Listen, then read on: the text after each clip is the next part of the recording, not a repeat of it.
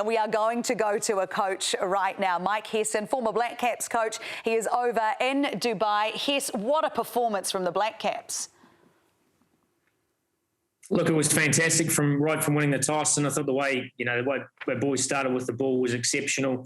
Obviously, an unusual move from India in terms of the way they rotated their top four, but New Zealand, it doesn't take anything away from how clinical that both Bolt and Southey were. Even Satner coming on in the fourth over was an exceptional over to Rohit, sort of just becalmed everything. And then that wicket of KL Rahul just before the end of the power play allowed those spinners to settle in through the middle overs. So, look, it was relentless. And, from a Blackcaps point of view, it doesn't get much better than that. G'day, here's Colin Munro here. Just a quick question about the two captaincies. Very good, thank you. Just about the question about the two captains here. Every time sort of Kane made a change or did something today, it came off. And, obviously you lead by example. You've been with Colin for a number of years now in the RPL. Do you think he just looks a little bit jaded or just not quite himself at this time and point? Look, I think it's fair. I think the amount of expectations that are on them is huge. The fact they've also had to sit and wait for 7 days following that Pakistan game. And I don't think you can underestimate how much that took out of them and how much grief they would be getting behind the scenes. So I guess from him, they've gone in a must-win game. They probably have had a whole heap of extra pressure. And then they've gone out and they've played really cautious cricket with the bat. And I think that started with trying to find the best position for Ishan Kishan, but it wasn't the best position for their top three. And I guess you're trying to modify your side to suit the guy who's just come into the team, rather than saying, look, KL Rahul and Rohit Sharma have been exceptional at the top of the order. They had one bad game where they got out early, as you know you can do against the new ball, and then it all changed. So it created a little bit of chaos, and from that created some uncertainty.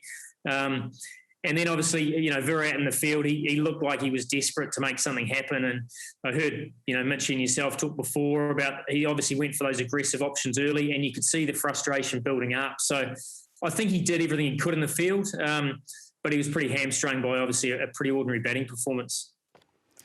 Yes, New Zealand's had the wood over India in world tournaments of late. Look, I don't understand why. On paper, they're such a quality side. Have you got any thoughts on why that is? Well, I just think our guys our new ball bowlers aren't fast, but they do enough with the ball. So it actually allows the Indian bowlers to almost follow it. Whereas you saw even when Adam Milne came on straight away, a little bit of width, they throw their hands at it, ball flies away. Whereas the likes of Bolt and Southey, they're not fast, but so they almost allow you that time to adjust to the line. And that's why you basically expose both the inside and the outside edge for both Southey and Bolt. So you'll see they've both got LBWs and caught behinds against the left armers, and the same with the right armers. So they complement each other really well. I think they set up well against that Indian top order, who, as I said, they sweat on width. They love that extra pace, so they can just commit to the first line. So I've been thinking the same thing, and that seems to be the way that they played even today. The KL Rahul will normally go out and actually look to attack the new ball, whereas he was really following it and playing a little bit scared, which is not really the way he plays. Hes, I want to thank you so much for your thoughts today, and thank your internet for playing ball today. Fantastic stuff.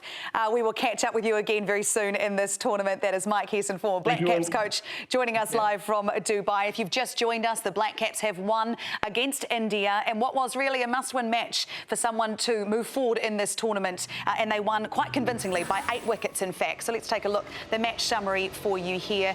Mitchell McClenaghan, tell me what you see when you look at that. Just an out-and-out dominant performance, I imagine. Yeah, it really was. Have your spinners go at fours between them for 8 overs for 32 runs.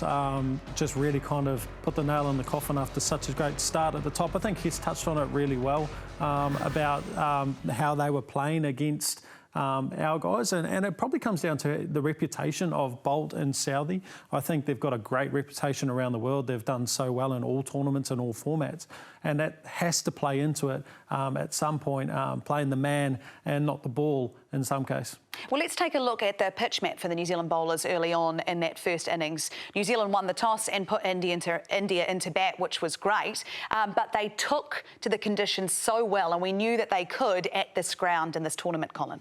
Yeah, as you can see there, they bowled sort of hard one-day lengths. There was enough there early doors, swung the ball well, and yeah, once you're playing sort of cagey cricket out in front, sort of, and you're not committing to the ball and hitting it, yeah, it's a tough game. And you know, to be brutally honest, I thought we were outstanding with the ball. I think Steady mentioned it, probably one of the best bowling performances he's seen as his time as coach, and you know, I'd put it up there. Absolutely. Backed up by the field as well. It's a crucial part of the game. We talked about three facet cricketers and Colin putting New Zealand right up there, and that's why the fielders back you up. They get the hand on the ball that doesn't go to the boundary. You know, they stop it going through the inner ring. That's so important from a bowling perspective, knowing that you've got your fielders who've got your back. That's why when you see those 2 drop catches which New Zealand had tonight, Adam Milne and Ishari, it's just not like the New Zealand side, is it, to see those sorts of spills? You're just used to them taking those catches, which, like you say, I guess spurs on the rest of the team. Yeah, oh look, we've played at that ground quite a bit now, and we know those lights are terrible. They're up there with Eden Park, that little ring around the top. It's not a great viewing ground. But what I liked was the reaction of the bowlers after that. Like, usually bowlers would throw their toys quite a lot, and then that can feed onto the confidence of the team, and it didn't really seem to affect the side around that. They just knew, okay, cool, we're going to take the next one. We're going to be really positive in our body language still and really show India here that that's not going to unsettle us. And also Bolte in the field tonight was superb with his catch on the boundary, but triggering for us who watched the 2019 Cricket World Cup final as he pointed to the rope. I didn't really need that much. Oh, you two are the ones that got a few little scars for that. So yeah, it wasn't great, was it? Yeah, I'm okay. I'll be fine, guys. Let's take a look at the Indian batting partnerships, or lack thereof. We talked about them stuttering their way through their innings, Colin, and there was just nothing there of any real substance. Yeah, nothing. When you look at the 3 facets of the game, you've got the power play. They were, what, 35 for 2, and then in the middle, 38 for 3, and then at the back end, 37 for 2. And Mitchie did say 71 balls without a boundary.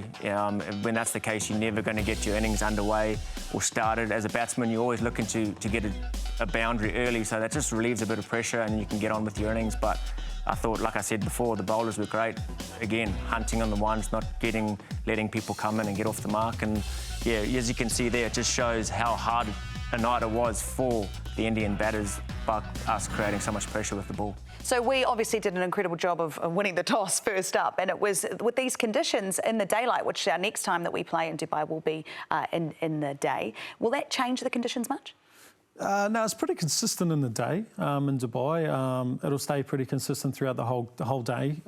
It's a little bit slower than you'll see tonight. Tonight it skidded on a little. Ish even got some to skid and bounce like the one that got Rohit. It kind of just skidded on a little bit. But in the day that'll sit up more and he'll be able to go with that and go over square legs. So it's a bit more of consistent but slow wicket during the day.